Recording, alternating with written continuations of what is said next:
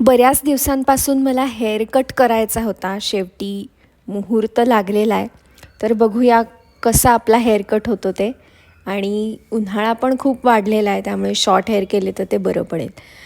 सकाळी त्याच्या आधी मी मस्त आमरस खाल्ला. सध्या ऑफकोर्स आंब्याचा सीझन आहे आणि असं म्हणतात की आमरसमध्ये जर आपण तूप, मिरपूड, मीठ असं वगैरे सगळं घातलं तर तो व्यवस्थित डायजेस्ट होतो, शिवाय उष्णतेचा त्रास पण आपल्याला होत नाही.